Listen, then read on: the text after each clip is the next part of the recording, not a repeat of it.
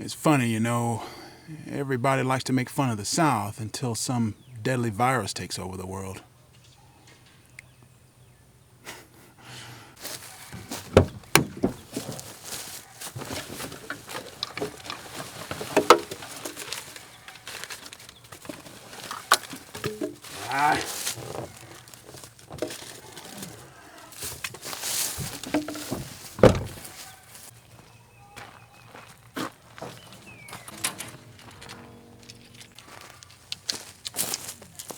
When I was a kid, you fish for food.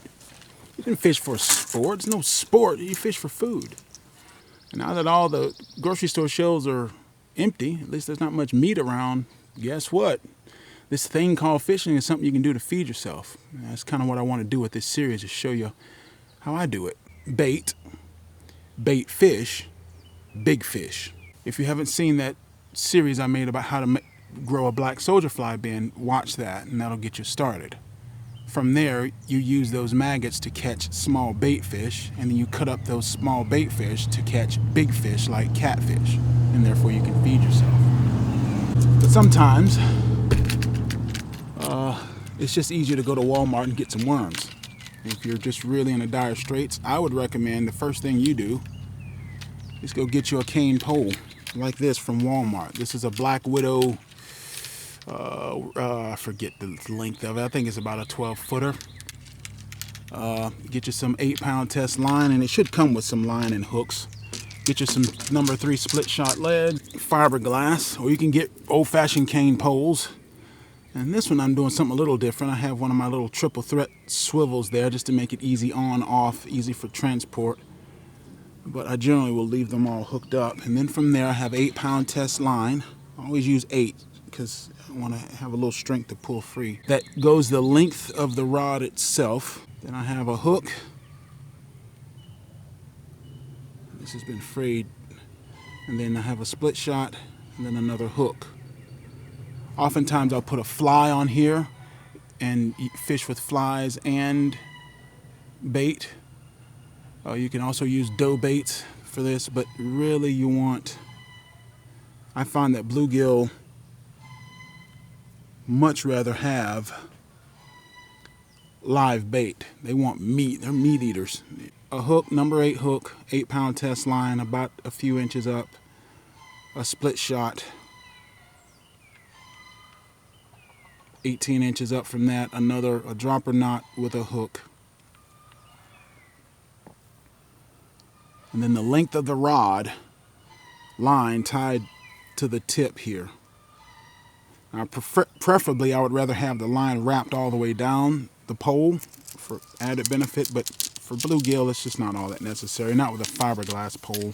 Start with one pole. I have like 4 of these that I bought from China probably before Thanksgiving. I'm pretty sure these are like 13 feet, and they have a little bit different tie on the front. Here, it's a little different. These come with a braid mesh, almost like a tenkara rig. And there's a special knot. Just look up tenkara on how they tie that knot. And if that's what your cane pole has, fine. I have other cane pole videos on how to do some of these basic sorts of things, but let's face it, the cane pole is how I learned how to fish. So start with cane poles. And once you get cane poles, then we can move on up to jug lines and hand lines. All the fishing tackle stores are shut down in Alabama, so the only way you're going to get a cane pole is to go to Walmart at this point. But Walmart has plenty. They're usually well stocked. They've all stocked for the fishing season anyway. Buy yourself 2 or 3 cane poles, get you some worms, and then get you some beans, or get you some rice, get you some seeds or something, if you have some bird seeds or something.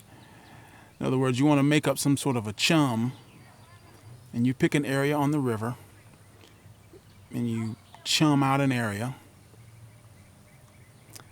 and then you just put all your cane poles into that chum. You got 4 or 5 cane poles into that chum. That chum's going to draw in fish, and you're going to catch bluegill. And that's how I catch my bait. Then I cut that bait up and use it for my jugs for catfish, for bigger chum, bait fish, big fish. Forget rods and reels, forget sonar, forget all that. You don't need a $60,000 boat to feed yourself. You don't even need a boat. Simple gear that works. It's been proven throughout the test of time.